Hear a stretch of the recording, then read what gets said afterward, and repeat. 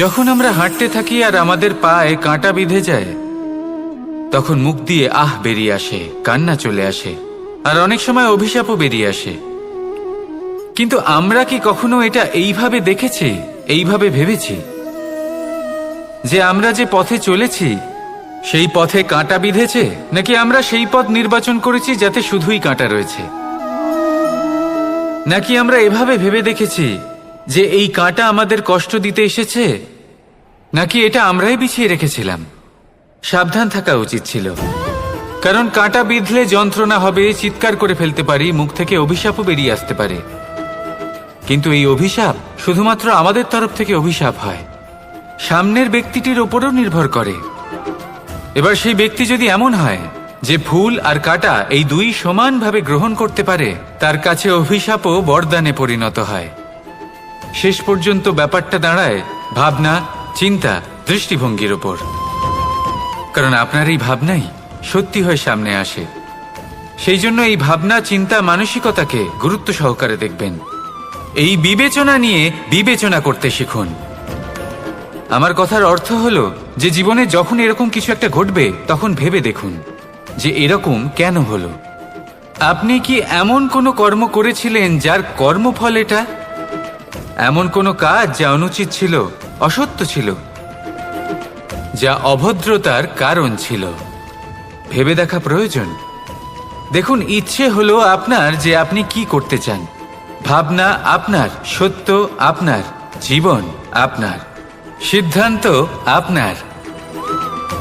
আসুন আর আমার সাথে ভালোবেসে বলুন, রাধা রাধা।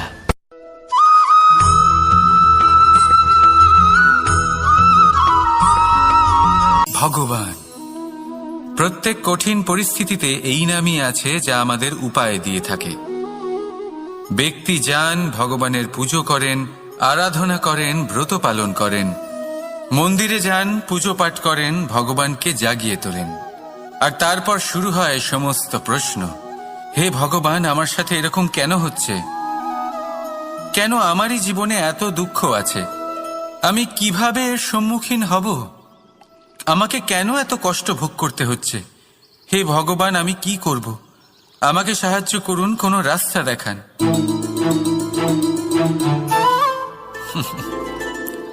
চলুন আমি আপনাকে একটা প্রশ্ন করি। মন্দিরে যাওয়ার চেষ্টা করার আগে আপনি কি জীবনে ততটা চেষ্টা করেছেন যতটা সেই সমস্যাকে দূর করার জন্য দরকার ছিল? দ্বিতীয় প্রশ্ন, ভগবানকে জাগানোর পূর্বে আপনি কি নিজেকে জাগিয়ে তুলেছেন? আপনি কি আলস্য ত্যাগ করেছেন? তৃতীয় প্রশ্ন, ভগবানকে জিজ্ঞাসা করার আগে আপনি কি নিজেকে জিজ্ঞাসা করেছেন যে আমি কেন এত অসফল হচ্ছি? যদি না করে থাকেন, তাহলে সবার আগে এটা করুন। আপনি সমস্ত প্রশ্নের উত্তর পাবেন, সমস্ত বিপদের পরিত্রাণ পাবেন। অন্য কোথাও নয়, নিজের ভেতরে তাকিয়ে দেখুন। চেষ্টা করুন নিজেকে জাগিয়ে তোলার। আপনি সফল অবশ্যই হবেন, কারণ এই পরমাত্মা, ওই পরমেশ্বর, ওই পরব্রহ্ম আপনার মধ্যেই তো আছে। রাধা রাধা।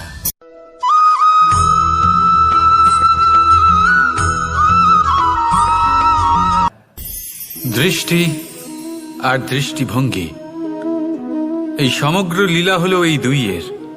বিচিত্র হতে পারে, কিন্তু এটাই সত্যি। এবার আপনাকে একটা উদাহরণ দিয়ে বোঝাই।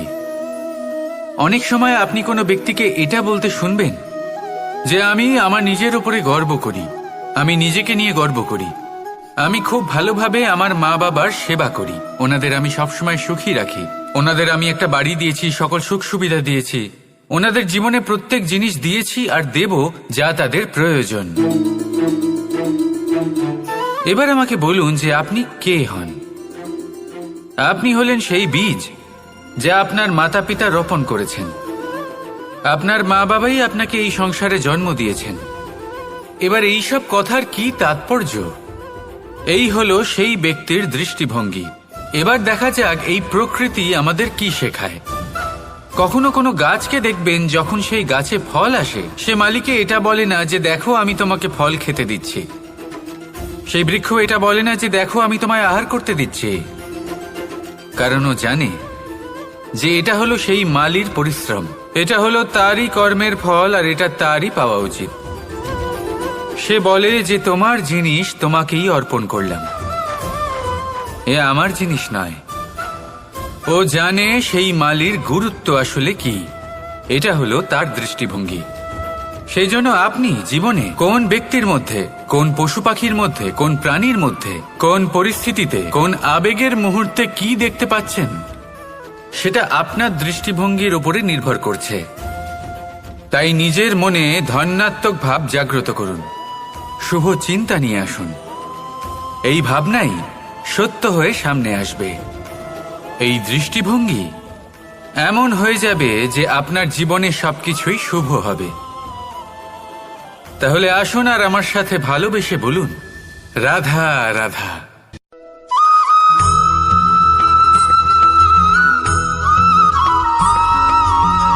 নাম। জন্মগ্রহণের পর মানুষের জন্য এই নাম অত্যন্ত গুরুত্বপূর্ণ হয়। মাতা, পিতা, পুরোহিত সকলেই সেই অক্ষর খুঁজতে শুরু করেন যা দিয়ে আপনার নাম শুরু হবে। কিন্তু নাম আর রাশি এক হয়ে গেলেই কি সব কিছু ঠিক হয়ে যায়? কখনোই নয়, কারণ আপনার কর্মই হলো সব থেকে গুরুত্বপূর্ণ, আর কিছুই নয়। দেখুন, এই নিয়তিও আপনার কর্ম অনুযায়ী আপনার ভবিষ্যৎ সুনিশ্চিত করে। যদি আপনাকে উদাহরণ দিই, তাহলে ভাবুন, একদিকে ছিলেন রাম আর অন্যদিকে রাবণ।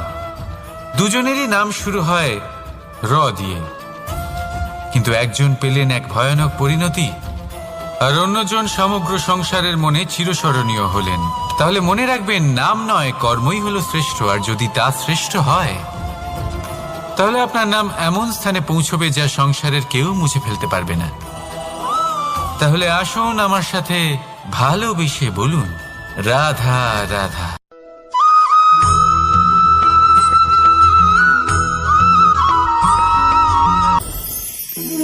সময়। এই সময় আসলে কি? এই সময় একটা সরল রেখা তো কখনোই নয়। সময় হলো একটা চক্র, যেখানে এর আদি সেখানেই হলো এর অন্ত, আর যেখানে তা শেষ হয় সেখান থেকেই তার শুরু হয়। এই সময় একটা অত্যন্ত বিচিত্র চিন্তা, বিচিত্র ভাবনা, এ একটা বিচিত্র বস্তু যা কেউ বুঝতে পারেন না। এই সময়ের লীলা, এর কোনো প্রমাণ নেই, কোনো জ্ঞান নেই, কোনো পরিমাপ নেই। শুধু এটুকু আমরা জানতে পারি, যেখানে শেষ হবে সেখান থেকে একটা নতুন সূচনাও হবে। যা আজ আপনার কাছে আছে, কাল অন্য কারোর কাছে যাবে, তারপরে তার কাছ থেকেও অন্য কারোর কাছে যাবে, তারপরে তার থেকেও ছিনিয়ে নেওয়া হবে। এই নিয়তির একজনের কাছ থেকে অন্যজনের কাছে আদান প্রদানের এই সময় হলো আপনার সময়। এই সময়ের সদ্ব্যবহার করুন, এই সময়কে বাঁচুন। আপনাকে শুধু এটাই সুনিশ্চিত করতে হবে যে আপনি কোন পক্ষে আছেন। আর সত্যি বলতে কি, আপনার জীবনের পরিণাম নির্ভর করে আপনার নির্বাচনের ওপর। আপনি কোন পক্ষ নির্বাচন করছেন। তাহলে মনে রাখবেন, জীবনে সেই পক্ষই নির্বাচন করবেন যা চয়ন করার পরে আপনি সুখ অনুভব করবেন, আপনি সন্তোষ লাভ করবেন, প্রসন্নতা লাভ করবেন। আর আমি এটাই সুনিশ্চিত করব যে এই পক্ষ যেন শান্তির পক্ষ হয়, এই পক্ষই যেন প্রেমের পক্ষ হয়। তাহলে চিন্তা করবেন না, আর আসুন আমার সাথে ভালোবেসে বলুন, রাধা রাধা।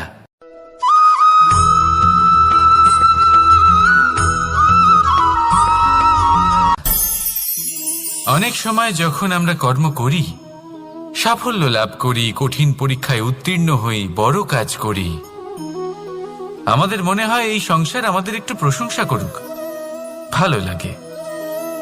অনেকবার মনে হয় এটা হলো আমাদের কর্মের ফলই বটে, আমরা আনন্দ পাই। কিন্তু যখন আমরা এই প্রশংসা পাই না, তখন কি হয়? আমরা দুঃখী হয়ে যাই, ভেঙে পড়ি। মনে হয় যেন আমার জন্য কেউ চিন্তাই করে না। এমন মনে হয় যেন আমাদের আনন্দে অন্য কেউ আনন্দই পায় না। অনেক রকম ভাবনা আসে। কিন্তু আমি আপনাকে একটা প্রশ্ন করতে চাই, আপনি যে কাজই করেন না কেন, যে কর্মই করেন না কেন, তা কি শুধুমাত্র প্রশংসার জন্য করেন? যদি এরকম হয়ে থাকে তাহলে সেই ভাবনা এক্ষুনি ত্যাগ করুন, কারণ এই প্রকৃতি আমাদের অন্য শিক্ষা দেয়।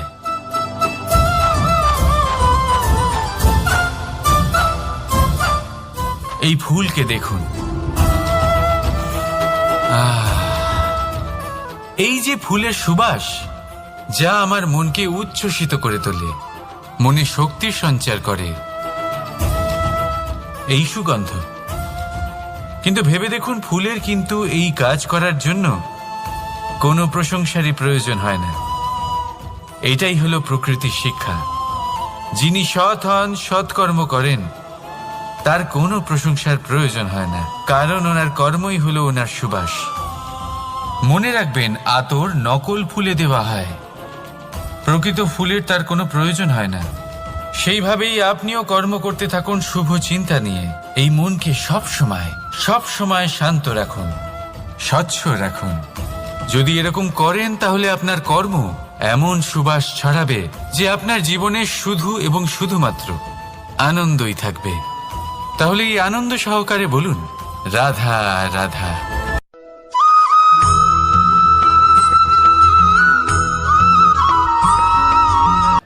কর্ম এবং ফল দেখতে গেলে এই সমস্ত ব্রহ্মাণ্ড এই দুইয়ের মাঝেই স্থির হয়ে আছে। মানুষজন কর্ম করেন ভালো ফল লাভের আশায়, আর ভালো ফল লাভের আশায় উনি এটাই ভুলে যান যে উনি যে কর্ম করছেন তা কি করছেন। আমি বলেছিলাম কর্ম করুন ফলের চিন্তা না করে, কিন্তু কি কর্ম করছেন সেই বিষয়ে ভাবাটাও অত্যন্ত আবশ্যক।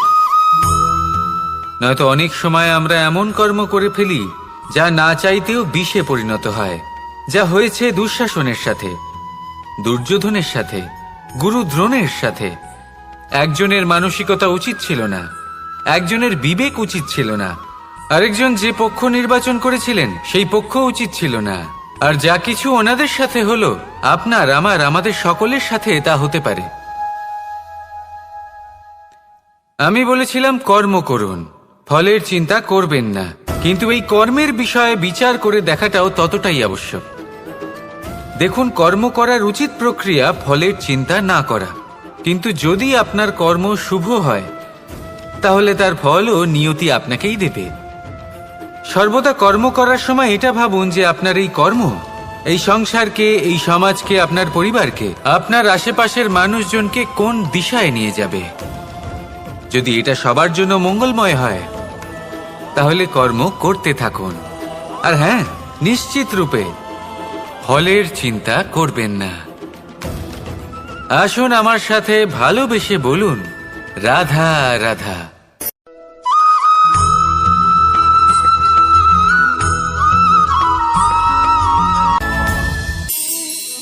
এই সংসারে এমন কোনো পর্বত নেই যা এতটাই উঁচু যে মানুষ তার শিখরে পৌঁছতে পারবে না, তাকে অতিক্রম করতে পারবে না।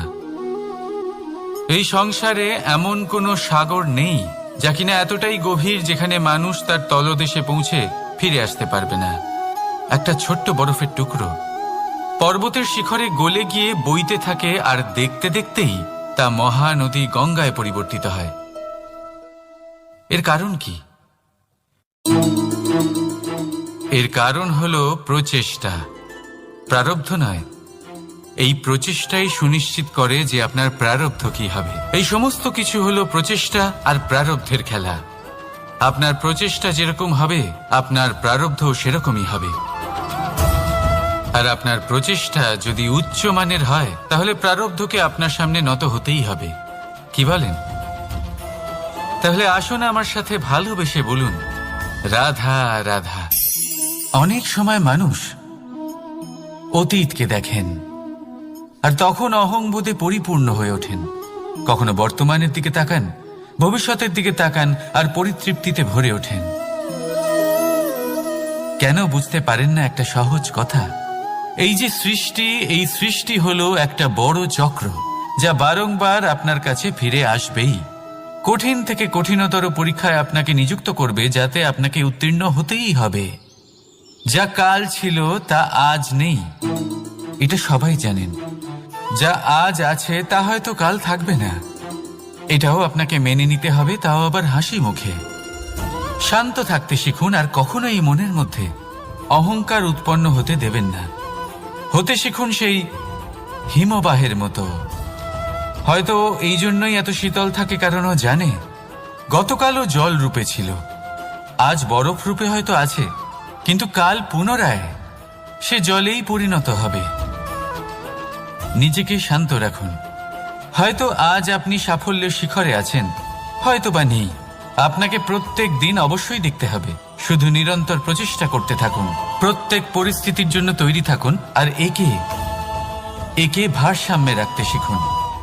আপনার কাল হোক, আজ হোক বা আগামীকাল, আপনার ভালো দিন হোক বা খারাপ দিন, সব পবিত্র হয়ে যাবে।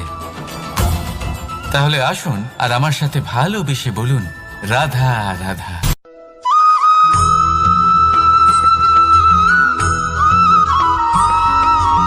প্রতিশোধ অথবা কাউকে দুঃখ দেওয়ার ভাবনা, যদি এটা আপনার মনে থাকে, তাহলে আপনি নিজের মনেই যন্ত্রণার একটা বিশাল বৃক্ষ রোপণ করছেন, এটা মনে রাখবেন। কারণ কাউকে দুঃখ দেবার এই ভাবনা, এটা হলো সেই বীজ যা আপনার মনেই পতিত হবে, আপনার মনেই অঙ্কুরিত হবে, আর আপনার মনেই একটা বিশাল বৃক্ষরূপে বেড়ে উঠবে। জীবন আপনার, কর্ম আপনার, কাউকে দুঃখ দেবার ভাবনা আপনার ছিল, এই বৃক্ষ হলো আপনার, তাই এর ফলও আপনিই পাবেন, যা গ্রহণও আপনাকেই করতে হবে। মনে রাখবেন, যে মানুষ এটা ভাবে যে আমি ওকে দুঃখ দেব, ওকে কষ্ট দিতে চাই আমি, সেই মানুষই দুঃখ আর কষ্ট পেয়ে থাকে। যদি সেই জায়গায় আপনি এটা ভাবেন যে আমি কাউকে সুখী করে তুলতে চাই, কাউকে সুখ প্রদান করতে চাই, তাহলে তারও বীজ আপনার মনেই রোপণ হবে, বৃক্ষে পরিণত হবে, যার ফলও আপনিই পাবেন। এখানে বিষয়টা হলো শুধু মানসিকতার চিন্তা, যা সত্য হয়ে আপনার সামনে আসে। তাহলে এই মানসিকতা শুভ করুন, সবার জন্য মঙ্গল কামনা করুন। অন্যের মনে আপনার জন্য ভালো চিন্তা থাকুক বা না থাকুক, আপনি সবার জন্য শুভ চিন্তা করে কর্ম করতে থাকুন, তাহলে আপনার সাথেও ভালোই হবে। তাহলে আসুন আর আমার সাথে ভালোবেসে বলুন, রাধা রাধা।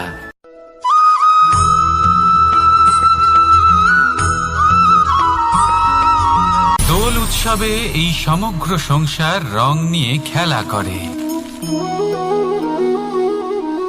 কিন্তু এই রঙের সারমর্ম এই সংসার কি জানে? কখনো দেখেছেন একটা চিন্তিত মুখ শুধুমাত্র রঙের স্পর্শ পেয়ে আনন্দিত হয়ে ওঠে?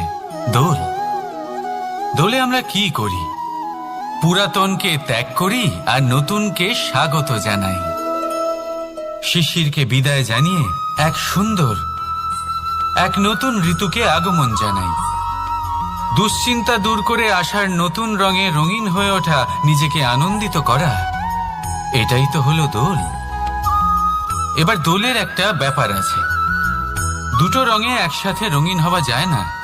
একটা রং উঠলে তবেই আরেকটা রং লাগা সম্ভব।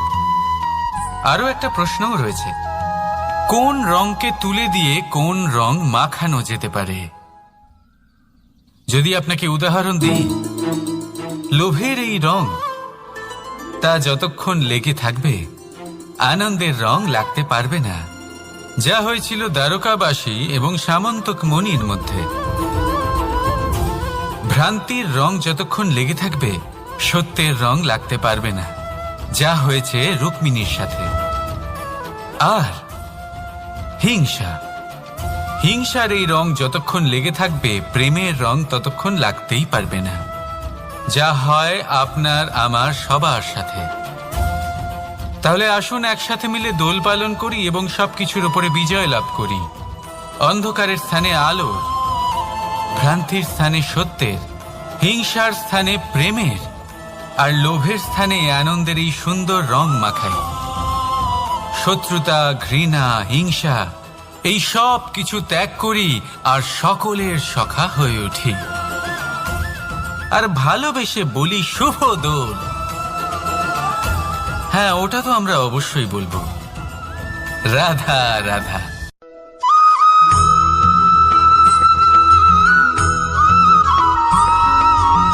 কখনো কখনো মানুষ মনে করেন যে সে নিজেই সব থেকে বেশি শক্তিশালী। তিনি হলেন জ্ঞানী। দেখুন, এটা ভালো ব্যাপার যে আপনার মধ্যে শক্তি আছে, জ্ঞান আছে, আর এটা শুধু আপনার জন্য নয়, এই সমস্ত সমাজের জন্য, দেশের জন্য, সমগ্র পৃথিবীর জন্য অত্যন্ত আবশ্যক। কিন্তু এই কথাটাও বোঝা অত্যন্ত আবশ্যক যে এই জ্ঞান যেন কখনো অহংকার না হয়ে ওঠে। যখন মানুষের মধ্যে জ্ঞান থাকে তখন সে রাম হয়ে ওঠে। রাম, যিনি সমুদ্রের বুকে সেতু বানিয়েছিলেন, বানর সেনার দ্বারা রাক্ষস রাজকে পরাজিত করেছিলেন, আর চিরকালের জন্য সবার কাছে আদর্শ হয়ে উঠেছিলেন। আর যদি মানুষের মনে অহংকার জন্মায় তাহলে সে রাবণ হয়ে ওঠে। দেশে বিদেশে যতই খ্যাতি থাকুক না কেন সে রাক্ষস হয়ে ওঠে, নিজের সাথে সাথে সমস্ত কুলের বিনাশ করে বসে। এবার জ্ঞান নাকি অহংকার, আপনার কি চাই সেই সিদ্ধান্ত আপনার, আর আপনার এই সিদ্ধান্তই নিশ্চিত করবে যে আপনার কর্ম কি হবে, আর আপনার এই কর্মই নিশ্চিত করে দেবে আপনার প্রারব্ধ কি হবে। তাহলে শুভ কর্ম করুন আর আমার সাথে ভালোবেসে বলুন, রাধা রাধা।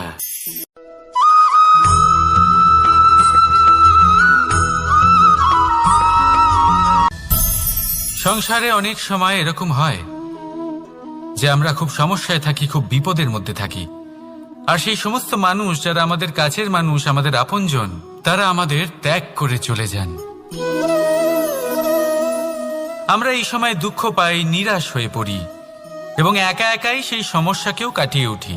এবার পরিস্থিতি যেমন খুশি হোক না কেন, সেই সব মানুষ যারা এমন সময় আপনাকে ত্যাগ করেছেন তাদের প্রতি ক্রুদ্ধ হওয়া, অভিমান করা, এটা অনুচিত। আমি বলবো তাদের প্রতি কৃতজ্ঞ থাকুন।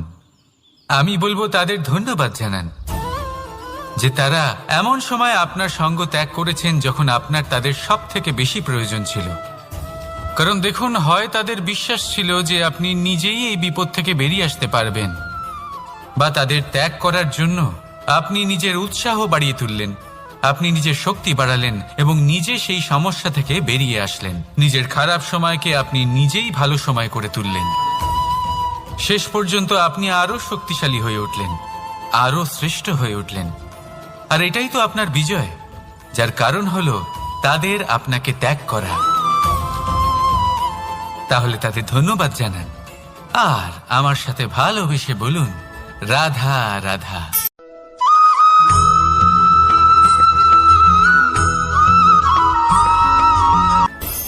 সুখ আর অভিজ্ঞতা, এই দুই জীবনে একসাথে কখনোই আসে না। মনে রাখবেন, যেখানে সুখ থাকে সেখানে অভিজ্ঞতা থাকে না। আর যখন এই সুখ আমাদের জীবন থেকে দূরে চলে যায় তখন আমাদের জীবনে আসে এই অভিজ্ঞতা। পরমাত্মা, প্রকৃতি, নিয়তি এই অভিজ্ঞতাকে আমাদের জীবনে পাঠান যাতে আমরা একটা অত্যন্ত গুরুত্বপূর্ণ শিক্ষা, একটা জ্ঞান প্রাপ্ত করতে পারি। এই অভিজ্ঞতা আমাদের শেখায় যে অতীতে এমন কি হয়েছিল যা আমাদের করা উচিত হয়নি। আমাদের শেখায় ভবিষ্যতে এমন কি আছে যা আমাদের করা উচিত আর কি করা উচিত নয়। দেখতে গেলে এই অভিজ্ঞতা আমাদের সেই শিক্ষা দেয় যার জন্য আমরা সুখের দিকে উচিতভাবে অগ্রসর হতে পারি। সেই জন্য জীবনে যখনই দুঃখ আসবে, দুঃখের এই সময় আসবে, তখন হতাশ হবেন না। বোঝার চেষ্টা করুন এই পরিস্থিতি কেন এসেছে, কি শিক্ষা দিতে এসেছে। যদি আপনি সেই জ্ঞান লাভ করেন, সুখের পথে অগ্রসর হন, তাও উচিত রূপে, তাহলে এই অভিজ্ঞতার উদ্দেশ্য পূরণ হয়ে যায়। তাহলে আসুন আর আমার সাথে ভালোবেসে বলুন, রাধা রাধা।